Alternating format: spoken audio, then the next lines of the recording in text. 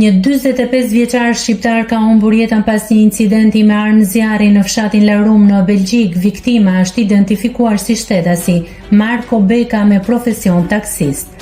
Ngjarja ka ndodhur pranë një parku pas kishës në qendër të fshatit. Sipas mediave belge dhe autoriteteve, dyshohet se gjithçka ka nisur pas një debati që ka dalë jashtë kontrollit mes taksistit dhe disa klientëve.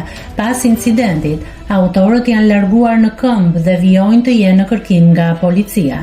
Dëshmitar okular kanë parë të shtrirë në tokë 45 vjeçarin dhe kanë njoftuar menjëherë shërbimet e emergjencës, por fatkeqësisht ai ndërroi jetë nga plagët e marra. Zona u rrethua për disa orë ndërsa në vendngjarje mbritën hetues, laboratori kriminalistik dhe mjeku ligjor. Hetimet vijojnë për të zbardhur plotësisht rrethanat e ngjarjes. Marko Beka ishte babai 3 fëmijëve të moshave 5, 11 dhe 17 vjeç dhe drejtonte një biznes privat taksish.